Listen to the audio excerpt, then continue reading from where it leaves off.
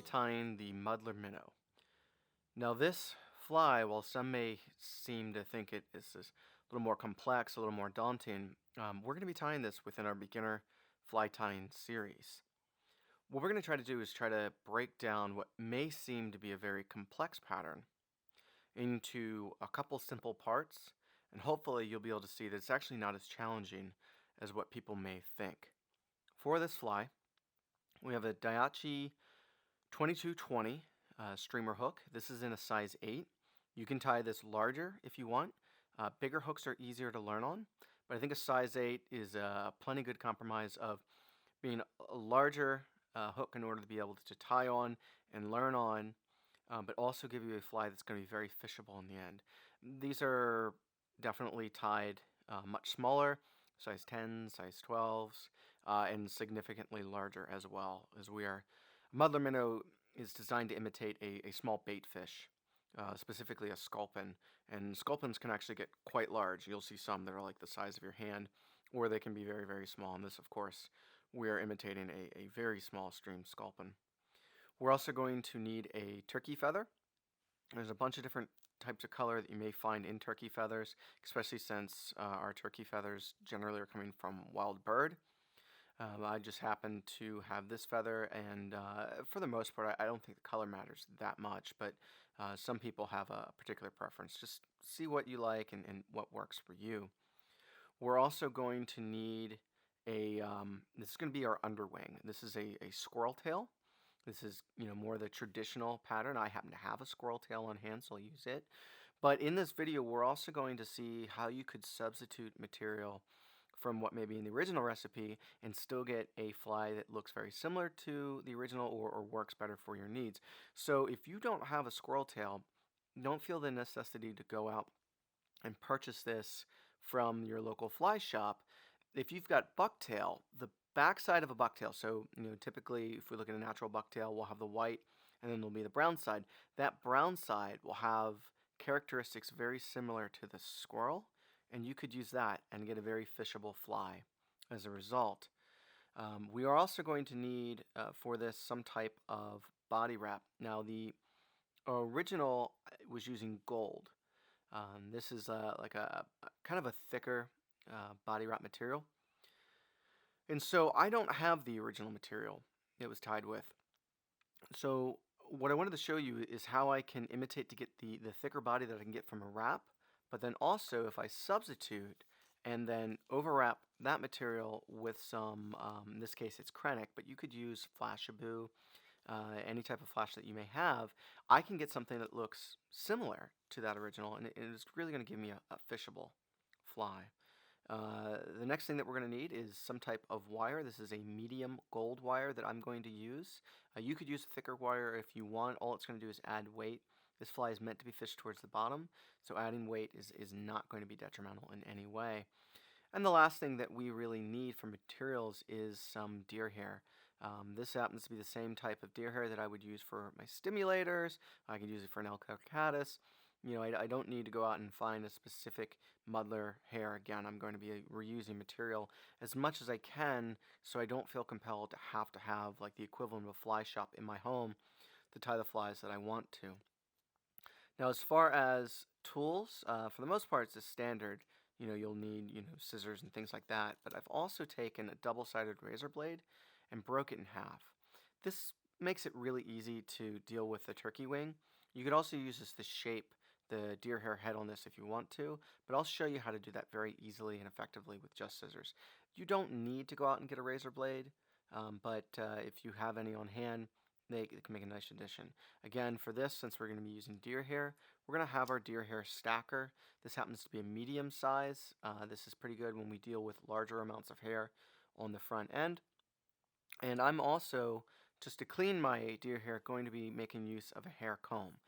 This is, again, totally unnecessary. All three of these tools that I've just shown you are not needed for this fly. It's not a requirement, but it'll just help you to get a cleaner looking fly. So it's just something to think about if you really start to get into this pattern, you really start to enjoy working with deer hair.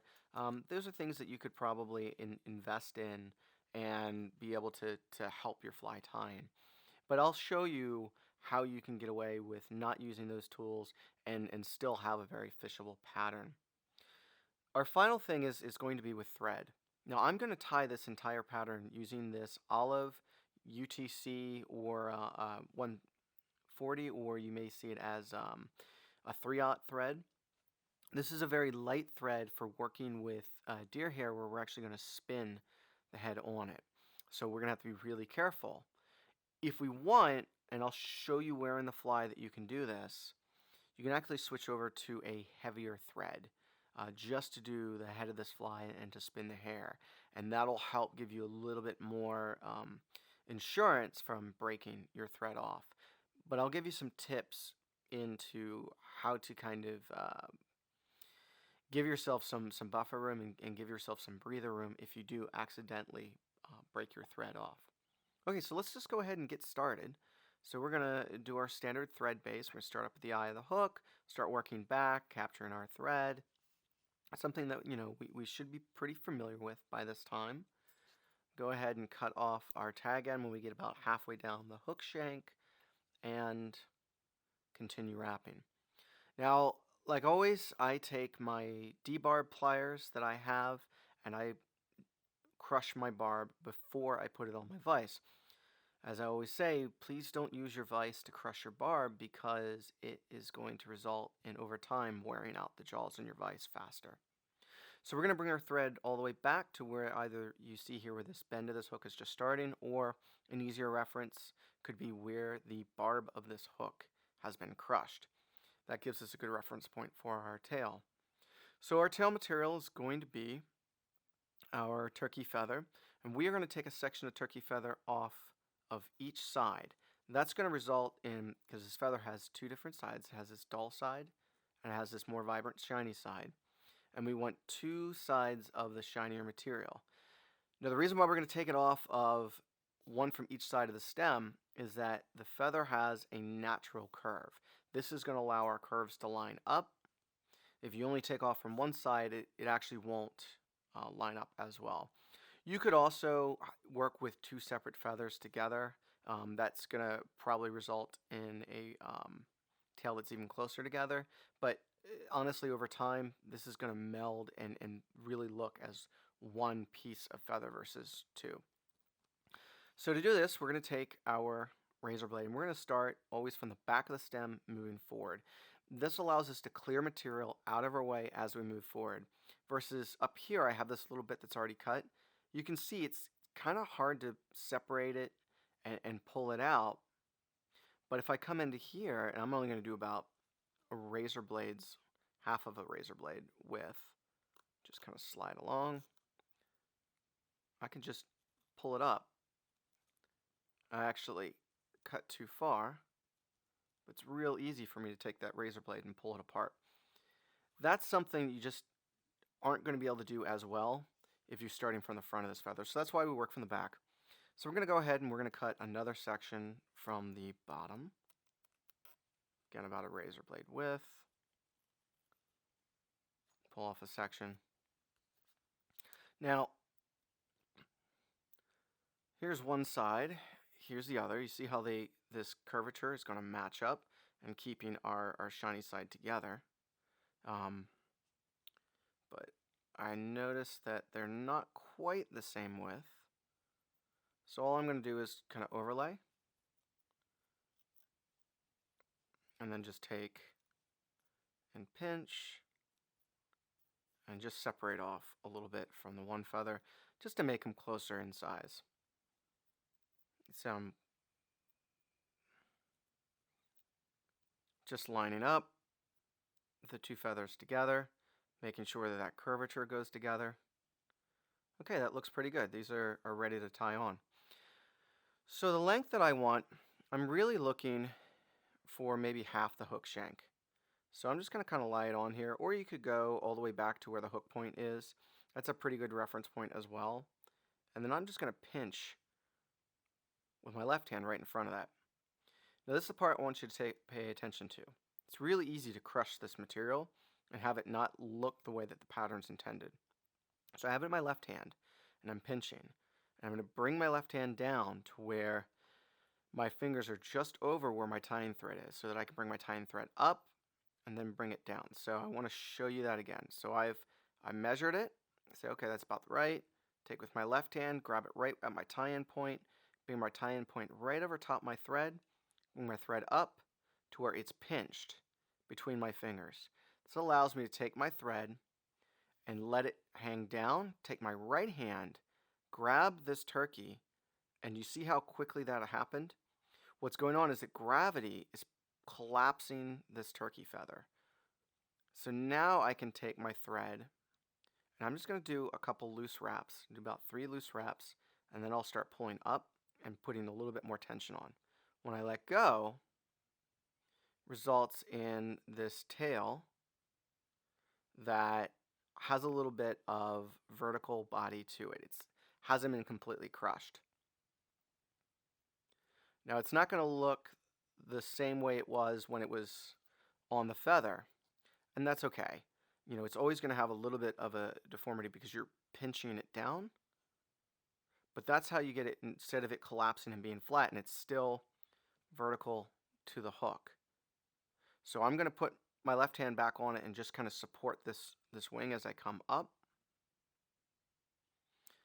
And then I know I'm going to come up to about halfway point on this hook shank, and that's where I'm going to begin to tie in the front feather and the head.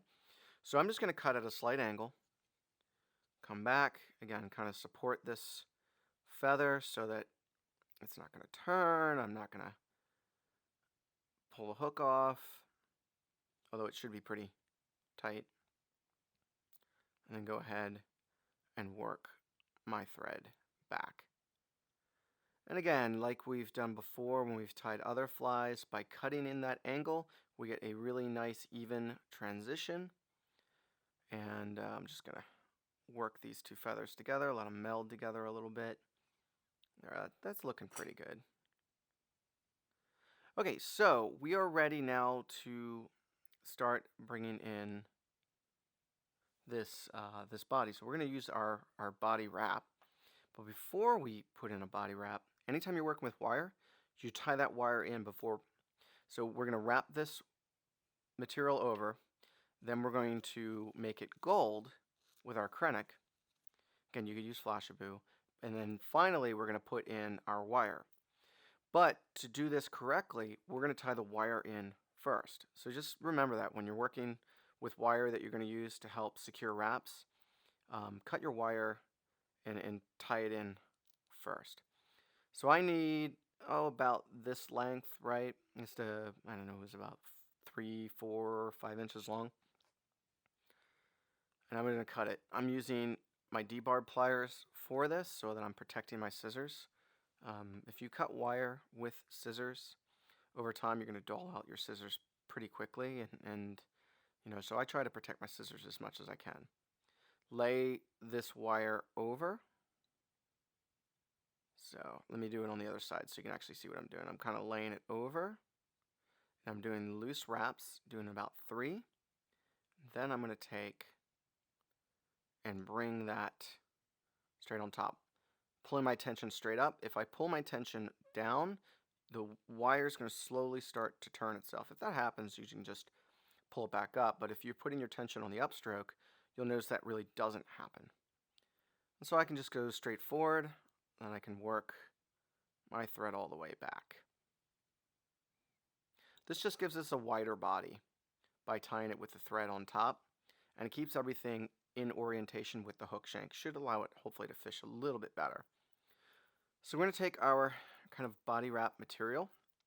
Again, at this point, if you want to, you can just put a piece of Flashabou over top of this if you don't have this kind of special body wrap material. And again, I don't even have the right one, right, because this should be in gold.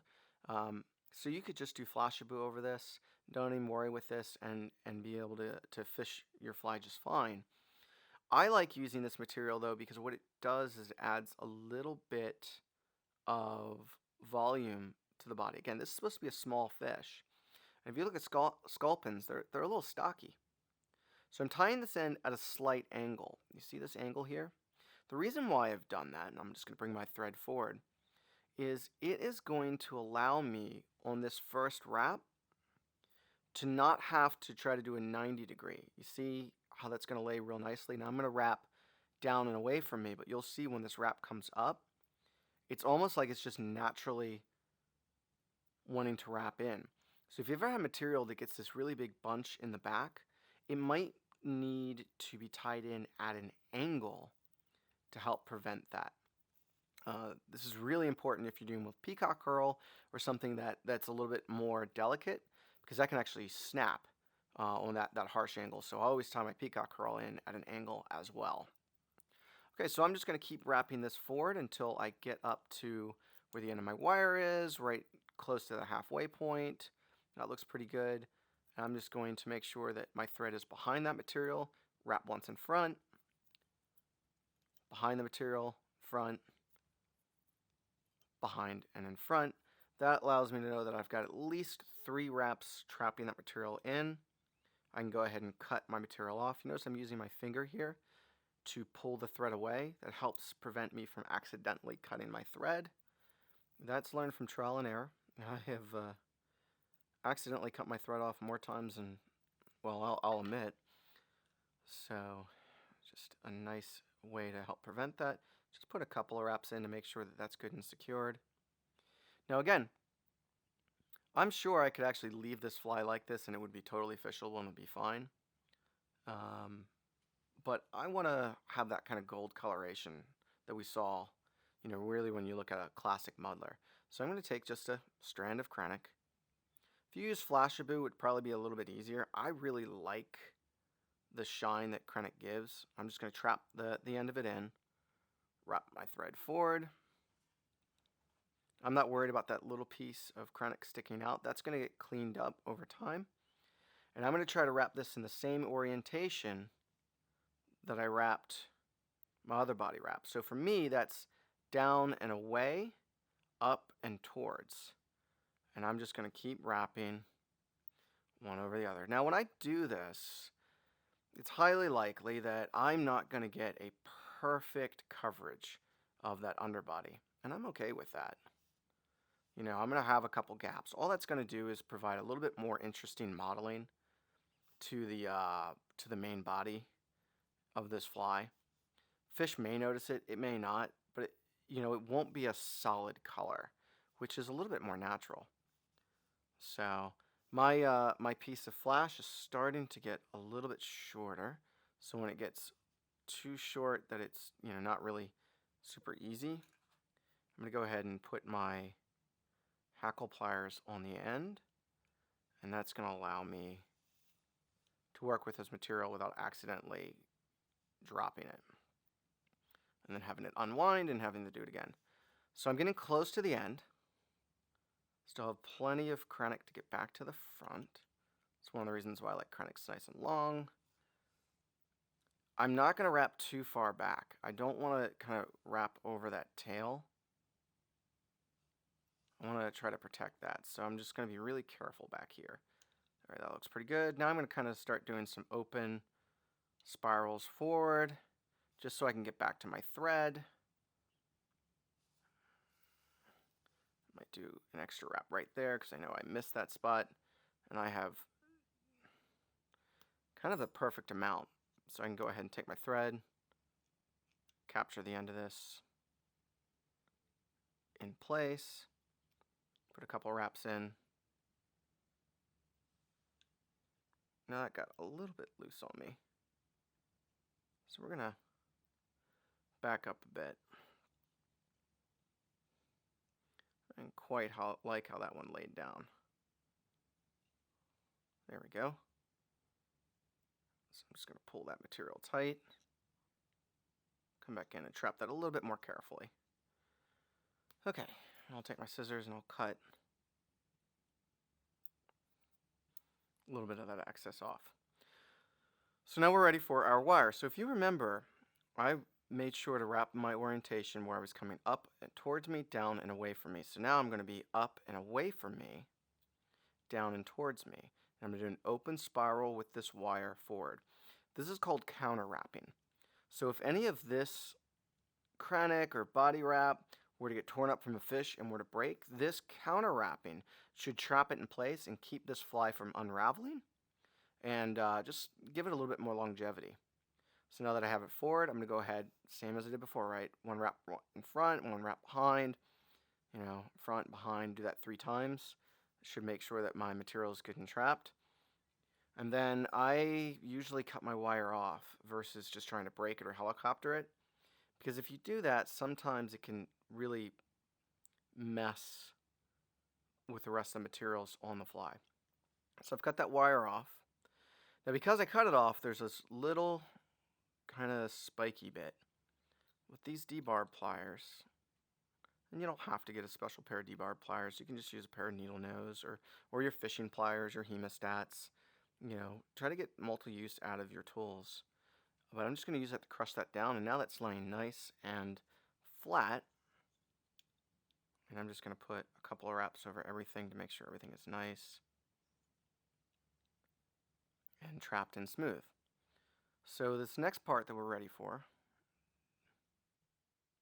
is going to be our squirrel tail. So just like with our turkey feather, we're going to be working from the back of this and going forward. This prevents us from, again, having to pull hair out of the way and try to grab it. Instead, I can just come up here and just grab exactly what I need, and it's a really good way of having that material management. Squirrel is some very kind of bushy stuff, right? It's a lot of underhair. So if I'm measuring from the base of the stem, I'm actually not going to get a good kind of estimation of the amount of hair that's going to be left after I clean out the underfur. So instead, I'm going to measure with the tips. And what I'm looking for is really something that is going to give a little bit of volume, but not be too much. So this is really about the amount that I like. And you could do less or more depending on your preference, but I think that'll give a good body. So I've kind of pulled it away. I can come in with my scissors, cut right along that stem, and now I get the part where I need to clean out the underfur. So I'm just going to, and again, I cannot stress enough, when you're learning, just being able to transition material between hands is going to help your tying so much. So I'm just going to grab towards the tips with my left hand, and that frees up to where with my right I can start pulling out some of those shorts. And so that's how you can clean up deer hair, lots of different types of hair without needing a special comb. But if you have a comb, you can also come in, and that really is going to help tease out those small fibers. So now I'm ready to where I could tie these on. But you notice that my tips aren't perfectly aligned. The original Muddler Minnow, that was exactly how it was tied. They weren't aligned, they were just placed down and they were tied on. I happen to like the look of when they're a little bit more uniform. So all I'm going to do is just take my squirrel and put these tips in first into my hair stacker. And then I'm just going to go ahead, I'm just tapping on my vise, just letting that top be a little bit loose. And that should allow that when I turn this sideways and pull it out, my tips are now nice and aligned. So I'm going to grab those tips with my left hand, pull the bundle out. Now I'm pretty sure I'm going to have some shorts in here, so this is another opportunity for me to come in and clean out a little bit more. So I've transitioned to my right hand, and what I'm looking for is these tips to come about halfway down the length of my tail. Maybe you can go a little bit more. Some people have it go the full length. I happen to like this look because in the end it's going to give a nice taper to the back. So once I have it in place where I want it, I'm going to come in with my left hand to hold it in place. And I'm holding at an angle. See how these butts are coming down at an angle? I want these hairs to flare upward at an angle. So by holding them at an angle, that's how they're going to get tied in. So I'm doing successive wraps, each a little bit tighter and always pulling upright. If I pull on the downstroke, it's going to pull these hairs around. But I'm going to also make sure I'm holding tightly with my left hand, because squirrel is some pretty slippery stuff. So once I have maybe half a dozen wraps on, I'm going to go ahead and I'm going to switch over to where I'm just going to pull the butt ends up, pull my scissors underneath and just cut those at an angle. Now I'm going to come back and grab with my left hand. If you need to kind of shift these hairs around, go ahead and do so. And then I'm just going to secure in the rest of it. And I should have a little ramp coming straight down to the hook eye. And that's going to be fine because that's going to allow us a good position to be tying in the head of our fly. If you want, you can kind of spread these fibers out a little bit. It's also a really good idea, right? So I'm looking at the fly from this orientation. Obviously, you're looking at this orientation. It's good to take a look all the way around. Make any adjustments if you need. So we've got our squirrel in. That's looking pretty good. So now we're ready for our turkey feather, and we're going to put kind of the top part of this wing on. So very much like we did before, we're just going to come in with our razor. This time I'm going to cut a little bit of a larger wing. So before it was about a razor blade's width. This time maybe a razor and a half, razor and a quarter, something like that. Something that looks pretty good. So I'm pulling off these, and I'm getting something that looks kind of like that. I mean, this is, obviously going to vary with the size of the muddler you're tying, but we're going to look to, these are about the right size. So again, we've got a dull side and a shiny side. We're going to put the more colorful shiny side on the outside, kind of line the tips of the feather up, and it starts to kind of uniformly move into one single feather. So I'm going to hold this over, and what I'm looking for is for this feather to kind of curve and come down naturally with the tail. So this is too far back. So I really want to adjust this and maybe get it to where, yeah, it's something like that, right? So this is kind of coming up, and this kind of natural curve comes right off the back. And this is going to shorten up a little bit when I put my thread on. So just like we did in the back, we've got kind of positioned right where I want it. I'm going to come in with my left hand. I'm going to pinch where I'm actually pinching over top of the thread. Bring the thread up, where now it's pinched in with my left hand. Bring in my right, slide my left back slightly without moving the feather, and let just gravity do the trick so that it pinches down. Then without letting go of my left, I'm going to put just a couple of looser wraps in, and then start pulling up and cinching down tighter. Once I get about a half dozen wraps in, I can let go, see how it's looking. And in this case, I let go with my left hand a little bit. And so I'm just going to undo those wraps and come back in and retry it. Ideally, you wouldn't be stopping and pausing in the middle when you go and do this. But obviously I'm trying to show it, so I'm just going to go ahead and just do this in more real time. So again, we saw with my left hand, I kind of pinch wrapped, let it come down with the right, put in a couple of wraps. And that time, that's looking a lot better. Still a little bit pinched over. It's harder with the front feather. But yeah, that's looking pretty good. That's fairly straight. I'm pretty satisfied with that.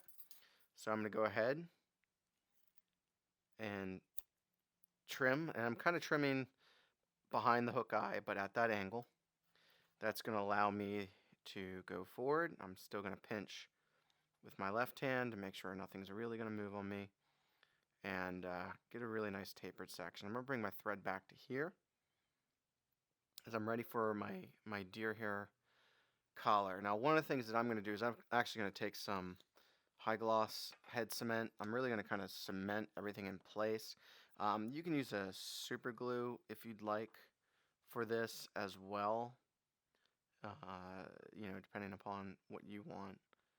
But this is going to help hold all of this material and wing and squirrel especially kind of in place. And then when I go to put the deer hair on in the next step, it'll also help to further cement it in place. So I'm going to go ahead and I'm going to close that. And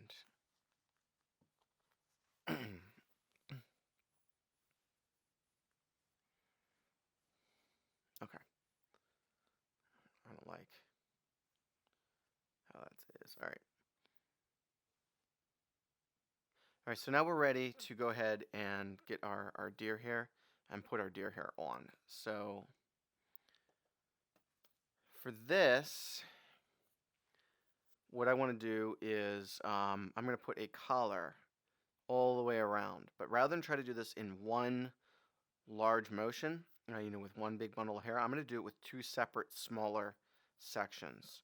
So to do this, I'm going to come in with my bodkin, kind of run behind the hairs, and start teasing some of them forward right at the hide.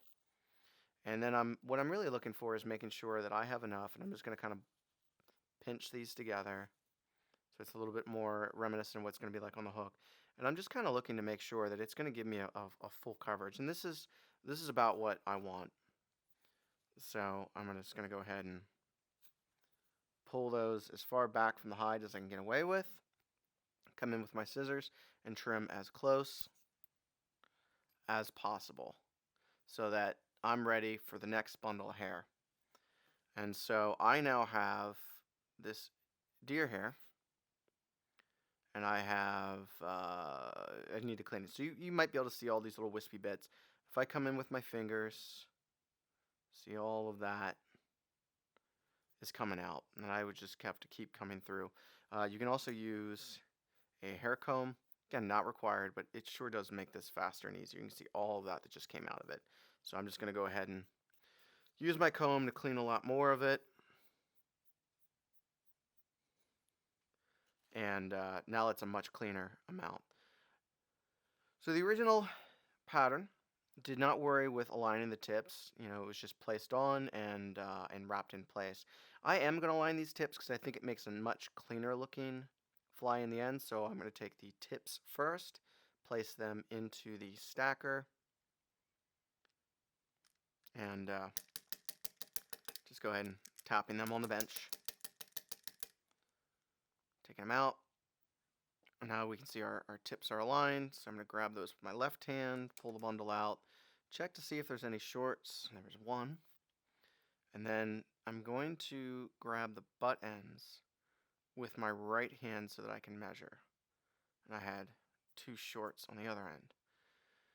So what I'm looking for is, you see this, we have the squirrel hair, and I like this squirrel hair because it has a kind of like designated white section. And then this has this really cool kind of mottled brown section.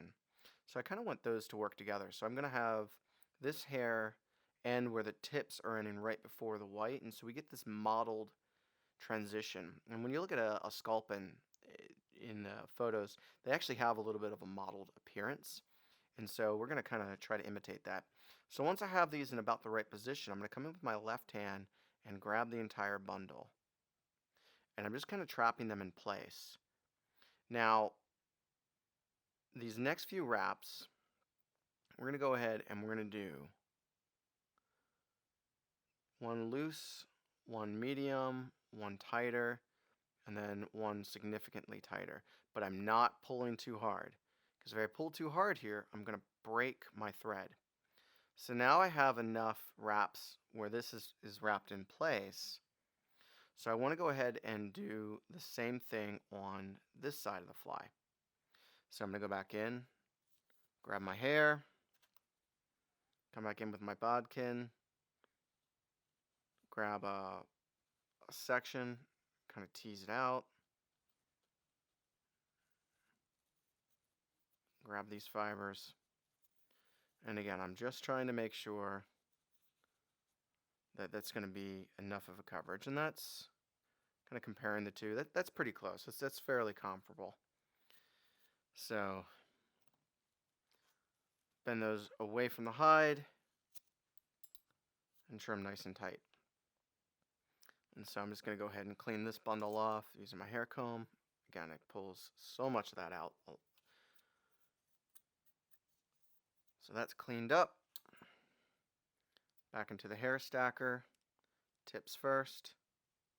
Lost a couple of fibers on that one.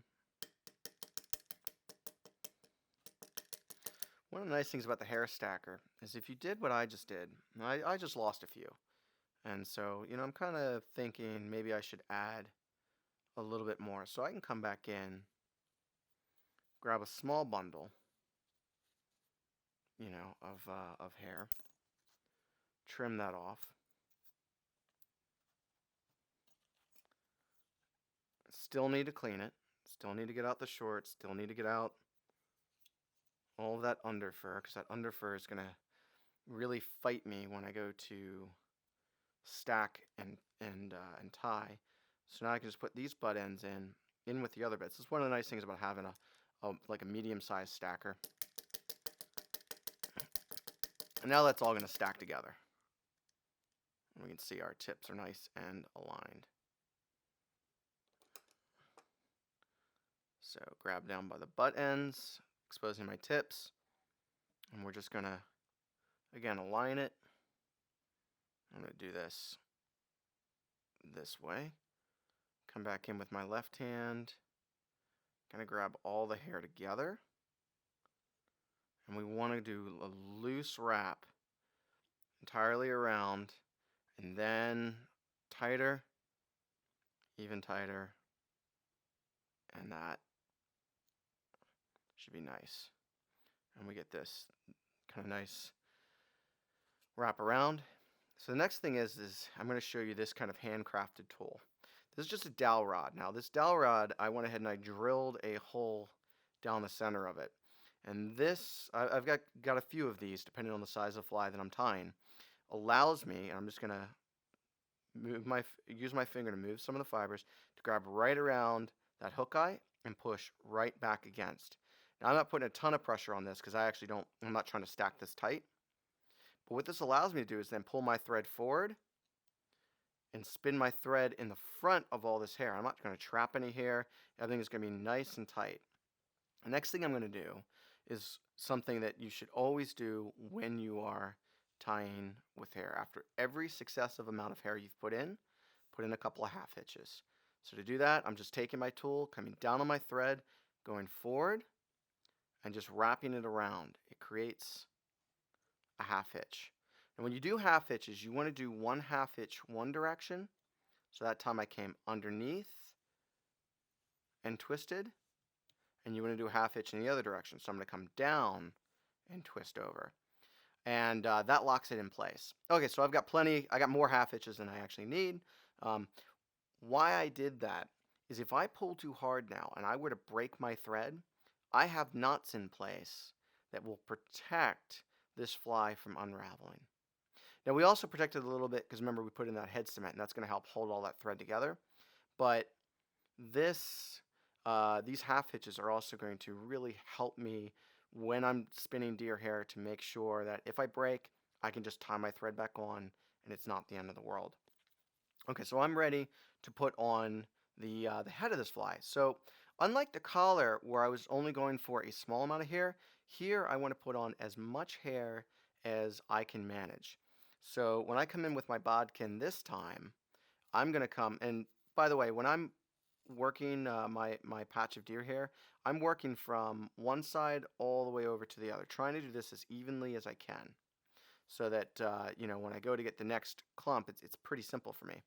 So I'm going to take my bodkin and go and grab, I know that I can handle about that much deer hair. I'm going to pull all of that forward. And so I'm just going to take a moment while it's still on the hide, bring my fingers in, grab this clump. This is one of the hardest parts of dealing with deer hair is actually just manipulating and managing the hold of this material. So I've got a pretty good grip, and I have it exposed to where I can just cut right along. I've got like 4 hairs still hanging on. And now it's nice and clean, and I have this bunch. The next thing with deer hair is as best as you can manage, you want to be able to transfer from one hand to the other. And just practicing this without having this bundle fall apart on you is going to help you out immensely as you learn to tie with deer hair and really any material. So now we'll see that the comb is going to make a huge difference. We're going to have some of the shorts come out. We're teasing out all of that under fur, but I could also do this by hand, coming in and pulling this material out. You can kind of flick it. That will tease some of those materials out. So you don't need this tool again. It's just something that's really handy. If you're doing a lot of deer hair, it might be something worth picking up. Or if you have like an old comb that you use for your hair, you might be able to get away with it and just use that. Okay, so I now have this pretty well cleaned. I want to stack this hair. Now, unlike the collar where I wanted to align the tips, I actually want to align the butt ends. And the reason for that is that, you see, when we look at here, the ends of this deer hair, these aren't very hollow, and so this is not going to flare as much. But the butt ends are much thicker, and they're actually hollow, and that flares. So when we go to build this head, we want to be having our thread in this thicker section. And so by stacking and aligning our butt ends, that's going to allow us to capture more of this hair from this bundle. So I'm going to put the butts in first, and this might just take a minute to be able to get it to go in. And I'm going to let it go, and I'm going to stack it on the bench. And so now, when I pull this out, you'll have your butt ends stacked.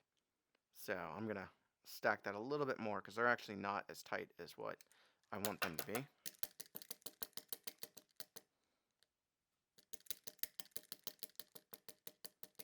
All right. There we go. So I'm going to grab these, pull that out, and I grab them in this orientation for a reason, because I'm actually going to tie this where the tips are facing towards this direction, towards the eye of the hook, because all of this material is going to end up being cut off. Some people will actually come in right now and they'll actually cut that end. I'm not going to, because if I'm a beginner, this allows me more room to actually grab onto my material. Because what I want to do is I want to have it where this material is lined up, because again, I want to be tying in about the middle section of this thicker part of the hair, so I can align it more easily since I've got more to grip on. So I'm going to line it in, and I'm going to bring my left hand down, kind of grab this bundle, just kind of pinch it in place, and take my thread very loosely, trying not to trap the previous hair from the collar, and kind of wrap around, start pulling up a bit, kind of come down, and you're going to trap some hair. I wouldn't worry too much. I got that second wrap, and then my third wrap, I'm going to let go of this bundle, but I'm going to grab the collar. So I let go of the bundle, and I'm going to grab the collar. This is going to allow me to have plenty of tension on my hook, and as I wrap around, I needed this relatively quickly, this hair is going to flare. So see, that's kind of spun around our hook shank. And so I'm now going to take my tool. I'm just going to use my finger. I'm going to push things out of the way. I'm going to push this whole collar back, bring my thread forward, and put about 2 wraps in front of it. And so that ends up having it where that hair is starting to get tied back. So I can come back in, I can push a little bit more. If you can't grab as much hair as I grabbed, you could put on 2 or 3 bundles. Now this is a very small hook to be able to do that, but you could do this in smaller sections. It's just better if you can do it with a larger amount of hair and try to do this in one stack, because you're going to get a cleaner head in the end. Every time that you put a new bundle in, you may end up getting a small gap, unless you're really, really careful. Okay, so the next part is I'm going to start putting in my half hitches. Now you notice I'm using my tool just to put enough pressure to push this hair back. I'm not squeezing hard. You see, you'll see some muddlers that the head of the fly will be super dense, super tight. It'll almost look like it's made from like a block of foam. But this fly is meant to sink. So we shouldn't be trying to put so much deer hair in the front of it that it's going to end up floating like a cork. Now, some people do that. Some people will make a floating muddler. But I want this to where it's going to naturally let some water get absorbed in, sink to the bottom, but have enough shape up here in the front that it'll push water out of the way. Because when a fly displaces water, and when I mean, it has to physically, the water has to move around it, that creates vibrations. And that kind of vibration through the water, that's going to simulate the movement of a fish. And that's what, trout or smallmouth bass or whatever would target this is going to key in on. Now I'm putting in half hitches up here in the front. You notice I'm alternating my half hitches, and I'm putting in not an insignificant number of them. And the reason for this is basically building up a thread dam. But my thread dam is made up of half hitches, and that really helps keep that hair back. I want to make sure that I've got plenty of clearance for my hook eye so that, I have room for my tippet to go through when I go to tie this on. Okay, so I have plenty of half hitches on here. I'm going to take my scissors, very carefully cut off my thread. And now I'm ready to shape my fly. So to do this, I'm actually going to take my fly out of the vise. I have a circular kind of crazy mess, right? And in the end, I want to make a nice cone. So you might be tempted to come in here and start trimming around and trying to trim your cone from the beginning. I wouldn't recommend doing that. What I would recommend that you do is you cut a square. And then from that square, you can very easily turn that into a cone. And what that's going to do is the square is going to allow you to have more control over the end shape. So I'm going to move. I've got a little catchment right here. So I'm going to come in, try to make it so that you can see on the camera. Normally I would have this pointed at me and I'd be cutting in, but I want you to kind of see what I'm doing. So let me line up. I'm going to look, and I'm going to be really careful. When I go to cut, I'm using a longer pair of scissors because it's easier to cut my hair. I want to make sure that I'm not cutting any of this hair in the back, and I'm not cutting my turkey wing. So one of the ways that you can do that is you can actually come in from the top and give it a trim. See, what I'm looking for is just to start to get that shape. Now, because I'm not actually looking down the hook eye. There we go. Now that's a little bit more straight. So there's the first. That's the top. So now I'll go ahead and I'll flip the fly around. I'm going to do the bottom, being careful not to accidentally trim my collar. There, that's pretty good. I've got a couple more longer bits in the back, so we'll give that a quick trim. Now I'm going to go ahead and I'm going to do the sides. So I'm going to come in, give a trim on that side, come over here, and tease up some of these, and give a trim. And so I've got a pretty close of a square. It's not bad considering I wasn't exactly looking. Like I said, normally I'm looking right down the fly and I'm trimming it. But I wanted you to kind of see the way that I'm orienting my scissors. So now that I've got that in place, what I can do is I can come back in, kind of lay my scissors at an angle where I'm kind of leaning against the eye of the hook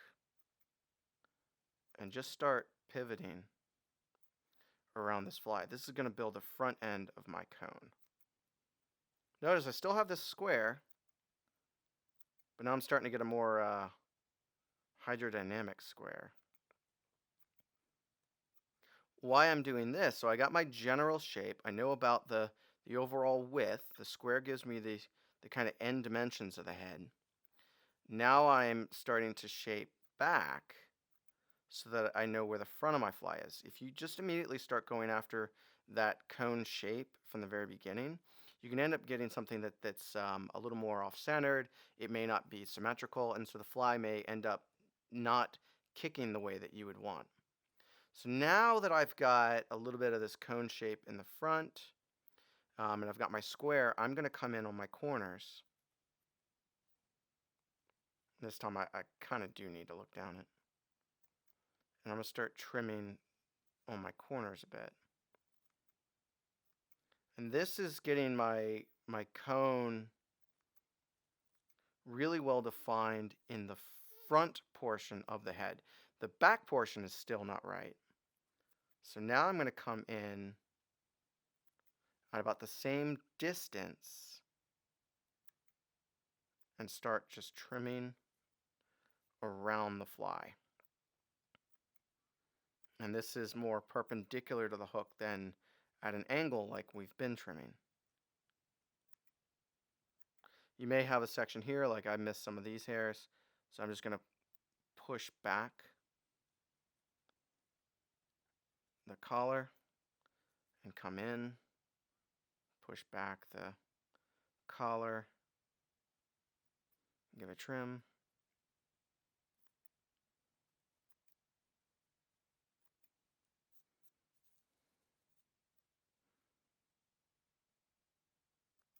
Just clean this fly up. I wouldn't go too crazy and worry about it being truly perfect and get every last little hair. And if you're not careful, you can end up trimming this thing down to nothing. Alright, so I've got still a little bit more of a bushier head than I would want. It's really not looking like a cone. So I'm going to come back in and just trim it right along.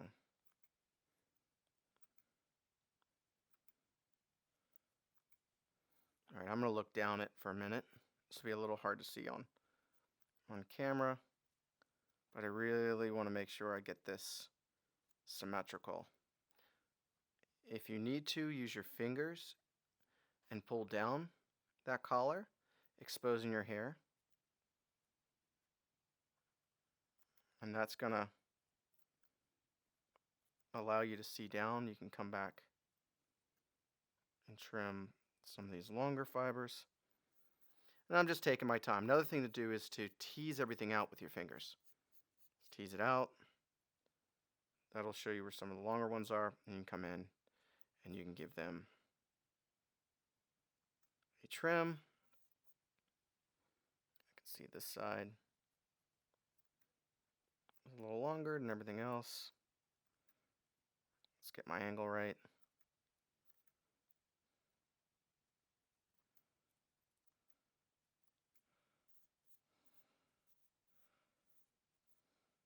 There. And you can kind of see now it's fairly symmetrical, but still has body to it. So this is going to sink in water, which is good because I want to get it down towards the bottom, but it's going to push water away, imitating, something that actually has some volume to it, some life to it. Now,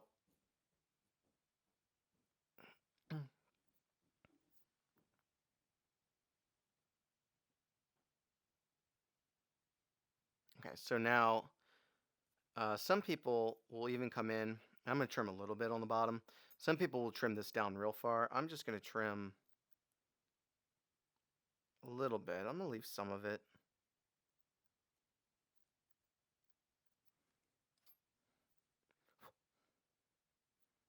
There we go. So I'll put it back onto the vise. Kind of come in. Kind of tease some out. If you have your hook in the vise and you just kind of flick it, that'll get rid of any small fibers that may be trapped as well. Yeah, so I got it back in the vise. Taking a look, everything looks pretty good. So really the last thing that I want to do is I want to take it out. I want to put it vertical in my vise, and I want to take some head cement And I just want to put a little bit of head cement at the front of this fly. This head cement's going to get sucked down into the fibers. It's really going to make this more durable. It's going to lock that thread in place. The front end of this fly has got some real small deer hair. And so, you really want that to get protected. And the other part it's going to do is it's really going to make this kind of hard, more impermeable surface. And that's going to push more water out of the way. So again, we want to create a disturbance with this fly, right? We want it to push water out of the way. If we decide to strip it a little bit, this is going to force water to move around the fly, so it's going to help give it more action. It might kick side to side. And so that's something we want to do. Anytime you put in head cement, make sure that the eye of your hook is clear. If you're unsure whether or not it is, if you've got a small feather lying around, I'm just going to take and cut some of that just random feather lying on my bench. If you take a little bit of hackle feather and you stick it into the hook eye and pull it through, that'll clean out any of that head cement or super glue or anything in that fly. Make sure that you won't need to clean the eye of your hook out while you're stream side. All right, so that's pretty much it. I think a lot of people will take a look at this fly. All right, I've got a couple. So you could sit here and trim this all day, but eventually you have to tell yourself, yes, this is going to catch fish and it's fine. A lot of people will look at the muddler minnow and get pretty intimidated by it, and the turkey feather, they're worried about making sure that it can stand upright, and the deer hair head really scares a lot of people off. But hopefully you can see that as we went through this fly and we broke it down into the individual sections, it really isn't that daunting. And that the deer hair itself, as long as you kind of know how to manipulate that material, place it on the hook, get used to working with a little bit of a larger amount, that it's something that is quite manageable. And in the end, you're going to get a kind of a fun fly to tie. It's a lot of fun to sit down on the bench and tie. And something that is very fishy, something that works pretty well across waters all over the world. And if you tie it on a size 8 hook, you could take this anywhere with you in the saltwater. You can take it freshwater, high mountain streams, and really have a good opportunity of catching some fish. So I hope you learned something, and hopefully you're willing to give this a try and maybe learn some techniques that you haven't really attempted before.